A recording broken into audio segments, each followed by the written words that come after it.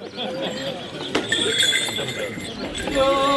people, radio magician, your attention we beg and we crave. And if you are inclined for to listen, an abundance of pastimes we'll have. We have come to relate many stories concerning our forefathers' times, and we hope they will drive out your worries. Of this we are all in one mind.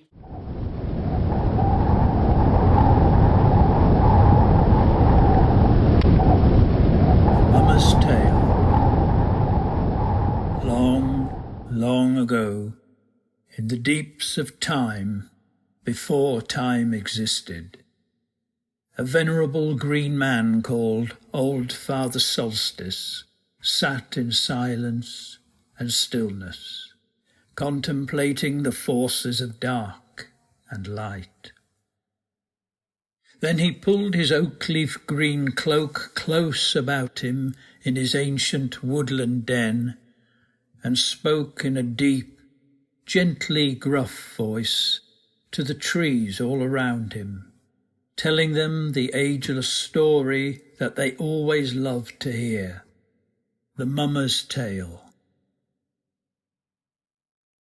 In his mind's eye he saw these forces represented as characters of good and evil.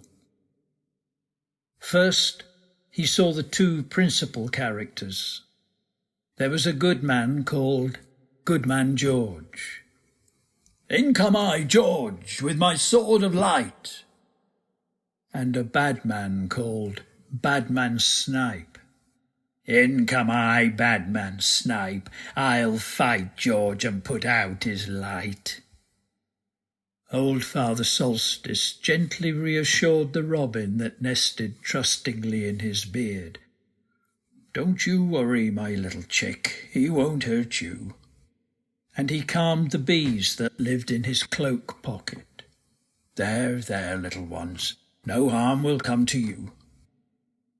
Then, because he had seen that the cosmos has a sense of humour, he pictured a fool called Dicky Hissam, who, like the universe itself, was wiser than he seemed.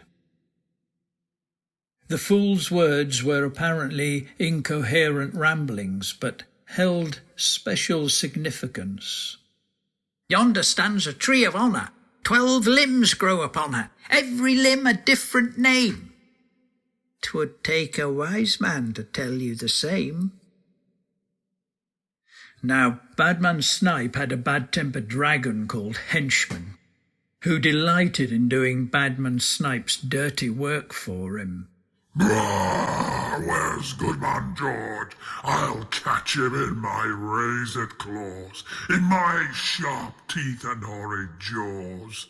Marrow from his bones I'll squeeze, and suck his blood up by degrees." But Goodman George was ready for him. Stand off, dragon, or you will die." Then off to Yorkshire to make mince pie. However, the dragon charged at Goodman George and was defeated by the blade of light. The fool observed sagely, "Bad news, he's dead. Good news, that's the worst of it." But Badman Snipe was furious to hear that his fierce henchman was dead. "In come I, Badman Snipe, off George's face that smile I'll wipe. I much prefer a threatening sneer. Come on, George, your death is near." Goodman George was undeterred. "Stand off, Snipe, or you will die. I'll cut your jacket, make your buttons fly." They fought long and hard, and the clashing of their weapons sounded through the infinite spaces of the cosmos, echoed in the blackest of black holes, made the moon's ears ring. and disturbed the sleep of planets millions of light years away. Finally, when Goodman George inhaled a fleck of stardust and sneezed, Badman Snipe found a way through his defences, and the good man fell to the ground, mortally wounded.